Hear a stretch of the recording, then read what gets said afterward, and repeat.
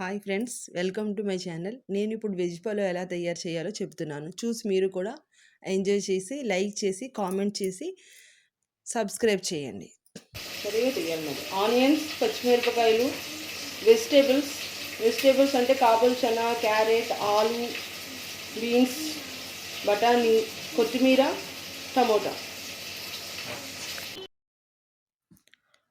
కుక్కర్లో ఆయిల్ వేసి oil heat ఎక్కగానే ఆనియన్స్ వేసేయాలి. అందులో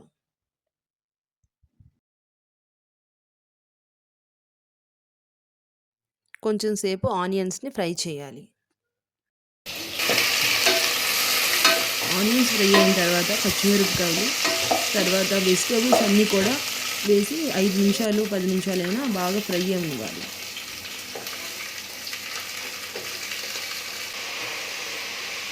ఇంకా అల్లం వెల్లుల్లి పేస్ట్ కూడా వేసి కుక్కర్ మూత క్లోజ్ చేసి ఉంచాలి.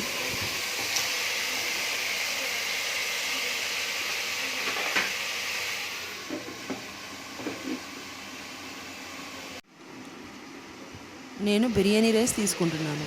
3 గ్లాస్ రైస్కి 6 గ్లాస్ వాటర్ వేసి సాల్ట్ కూడా వేసి కుక్కర్ మూత క్లోజ్ చేసేయాలి. అది 3 విజిల్స్ రాగానే మనం కుక్కర్ని స్టవ్ ఆఫ్ చేసేయాలి.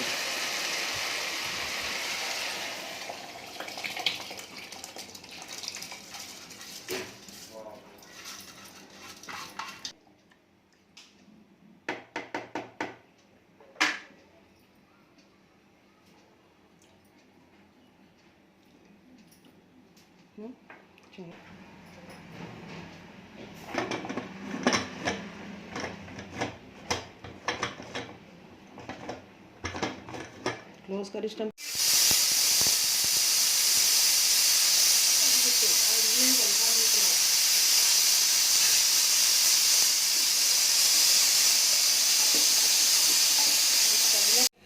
రైతా తయారు చేసే విధానం.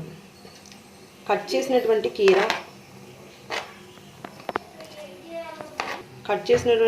ఒకటి, తర్వాత పచ్చిమిరపకాయలు, క్యారెట్, టమోటా, కొత్తిమీర,